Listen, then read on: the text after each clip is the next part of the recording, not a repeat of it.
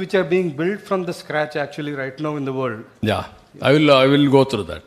Sir ఇప్పుడు CRDA చట్టానికి విరుద్ధంగా ఆర్ఫై జోన్ అనేది ఒకటి పెట్టి మొత్తం విజయవాడ గుంటూరులో ఉన్నటువంటి వాళ్ళందరూ కూడా ఇక్కడ స్థలాలు కేటాయించారండి. ప్రస్తుతం సుప్రీంకోర్టులో స్టేట్ గవర్నమెంట్ పిటిషన్ వేయడం జరిగింది. సో ఇప్పుడు గవర్నమెంట్ దాని పిటిషన్ విత్డ్రా చేసుకుని అదే బ్రదర్, వాళ్ళ ఊర్లో వాళ్ళకి భూమి కావాలి కానీ ఇంటి జాగా కావాలి కానీ ఇక్కడ కావాలని వాళ్ళు కోరుకోలేదు. అవును సార్, అది గవర్నమెంట్ అలా చేసింది సార్. ఇప్పుడు దాన్ని ఏమన్నా రివ్యూ చేసి పిటిషన్ విత్డ్రా చేస్తారు? అది అవన్నీ కూడా వర్కౌట్ చేస్తాం లీగల్గా. వాళ్ళకు కూడా ఇంటి జాగా లేకపోతే వాళ్ళకి ఇంటి జాగా ఇచ్చి వాళ్ళకి ఇళ్ళు కట్టించి ఏం చేయాలని అవన్నీ వర్కౌట్ చేస్తాం. నేను ఎప్పుడు కూడా పాజిటివ్గా ఆలోచిస్తాను, నాట్ నెగిటివ్. నేను ఎప్పుడు కన్స్ట్రక్టివ్గా ఆలోచిస్తాను, నాట్ డెస్ట్రక్టివ్.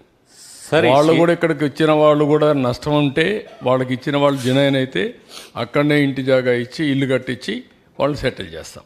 సార్, ప్రస్తుతం ఆర్థిక పరిస్థితుల్లో ఇప్పుడు మళ్ళీ రీబిల్డ్ చేయడానికి కావచ్చు, నిజంగా మనం వర్కౌట్ చేసుకునే పరిస్థితిలో ఉన్నామా? ఈ 5 సంవత్సరాల కాలంలో వదిలిపెట్టలేం కదా ఏది కానీ. లేకుంటే నాకెందుకు ఓట్లు వేశారు? ఎందుకు వాళ్ళకి 11 వేసి నాకు 164 సీట్లు మాకెందుకు వేశారు? మా కూటమికి నమ్మకమే కదా, నమ్మకాన్ని నిలబెట్టుకోవాలి కదా.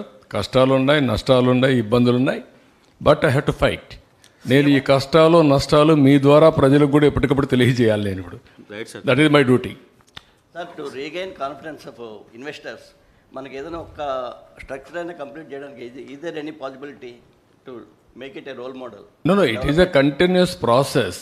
ఈరోజే కూర్చొని ఇన్వెస్టర్స్ అందరినీ మీరు అందరూ వచ్చేయంటే వారు ఒక మాట చెప్పారు, 130 మంది యాక్సెప్ట్ చేశారు ఆ రోజు. గవర్నమెంట్ ఆఫ్ ఇండియా ఆర్గనైజేషన్స్ కానీ ప్రైవేట్ కానీ.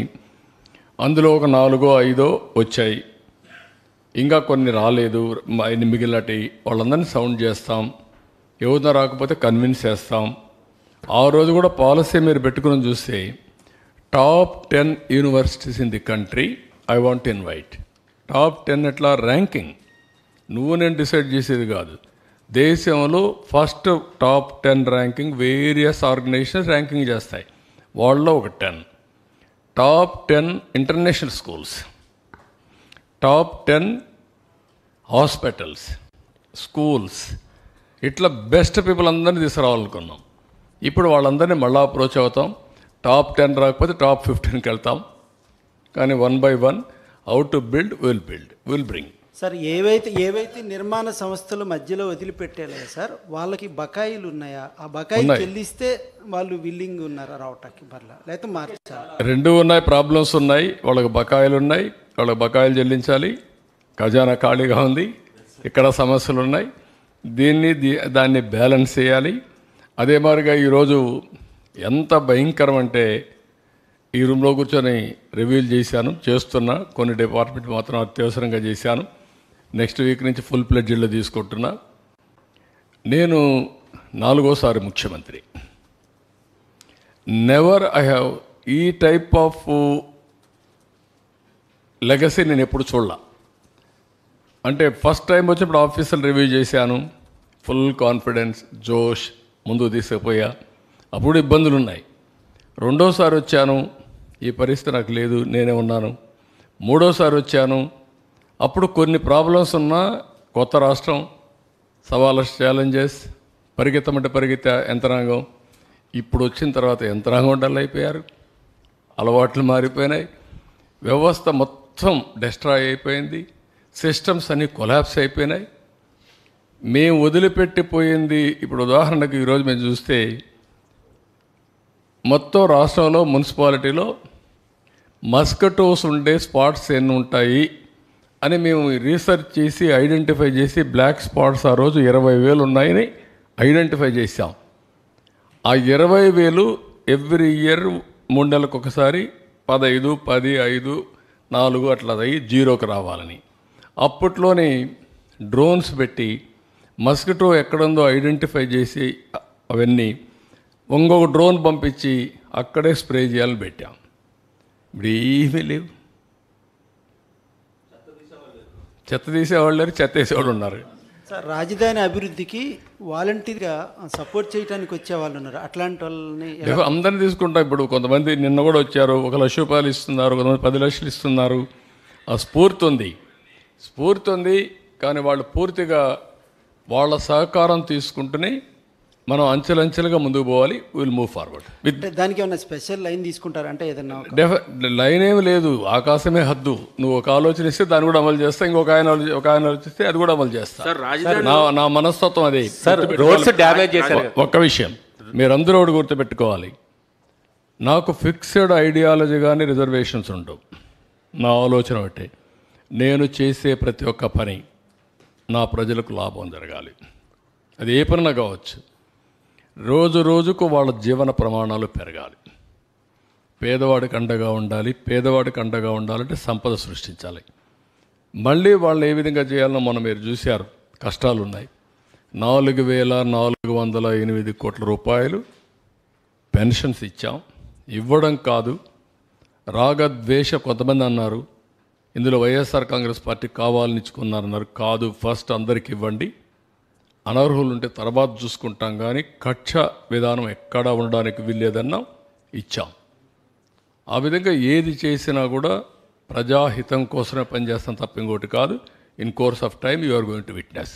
Thank you.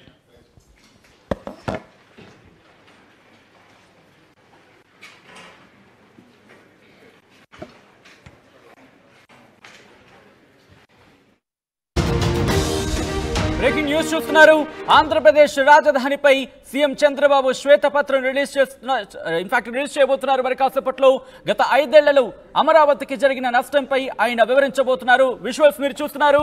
రైతుల ఇబ్బందులపై పవర్ పాయింట్ ప్రెజెంటేషన్ ఇవ్వబోతున్నారు బాబు. రాజధాని నిర్మాణంపై ఇప్పటికే వివిధ సంస్థలతో బాబు భేటీయారు. కొద్ది రోజుల క్రితం చూసాం, ఇన్ఫాక్ట్ 4 రోజుల క్రితం పోలవరం అంశానికి సంబంధించి వైట్ పేపర్ రిలీజ్ చేస్తుంది ఆంధ్రప్రదేశ్ ప్రభుత్వం. లైవ్ విజువల్స్ మీరు చూస్తున్నారు. ఆంధ్రప్రదేశ్ ముఖ్యమంత్రి నారా చంద్రబాబు నాయుడుకి సంబంధించి విజువల్స్ మీరు చూస్తున్నారు. అధికారులు కూడా ఈ కార్యక్రమంలో ఉన్నారు.